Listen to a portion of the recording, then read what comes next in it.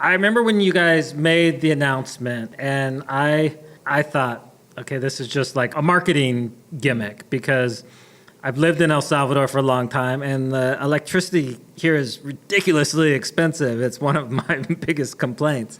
And the climate doesn't seem great for mining either because it tends to be hot and humid. And so I've always been perplexed at how is this economical or how can this actually work as a business. So that's why I'm excited to have you here to explain it. And I don't pretend to know the energy markets or to know mining, but just from my experience, when people would ask me, I was like, yeah, I think it's just like a marketing thing. I don't think it's real. It was the usual response back then, and we were okay with the sort of media's response when we launched, because they were right. I mean, there is absolutely no way that you can mine Bitcoin profitably in the third most expensive energy market in Central America. There's just no way.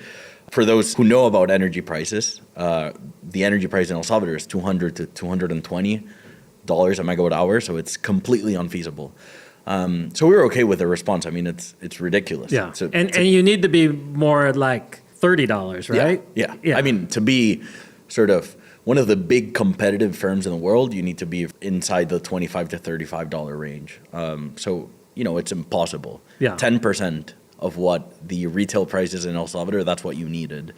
And I had known even going back 10 years, that was one of the complaints I heard from people in industry here was, the wages are good and competitive, but the power prices are so high that any industry that consumes a lot of power is just not economical. Yeah, they're extremely high. The reason they're so high is because, we have a lot of big renewable. So we have a lot of hydro, which is our main generator. About 34% of our energy is hydro. Is it that high? Huh? It's that high? Yeah. Okay. There's a lot of hydro. And is that more recent? I know they brought a new system on in the last few years. The first big hydro, which, if I'm not mistaken, it's Cerrón Grande. I don't have the actual numbers right now, but it was built in 1955. And it was our first sort of U.S.-sponsored energy project. Okay. And we built that massive dam that it flooded a big part of El Salvador.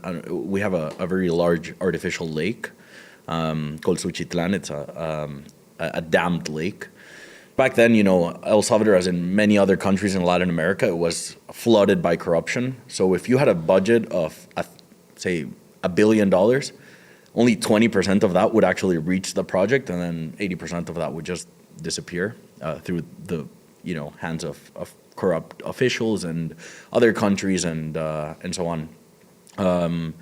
Or we would have to sign massive debt agreements that would essentially yield the price of that energy to be a ridiculous amount. So we're paying the price of very expensive energy that was developed in the 50s, in the 60s. Our first geothermal plant, if I'm not mistaken, came in 75, then the second one in 92. Then now we obviously have natural gas, which is not much better, but it is cheaper. We have our bunker generators.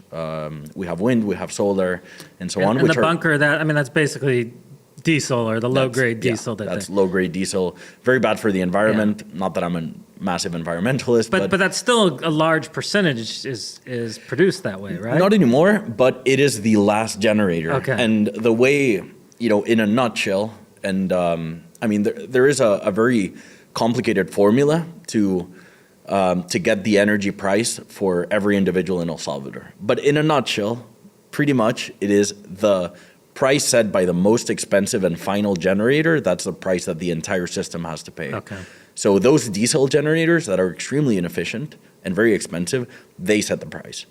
Because in energy is an amazing business because the economy cannot afford to make you lose. They have to make you at least break even, If not, you lose money, then you turn off your plant and no one has energy.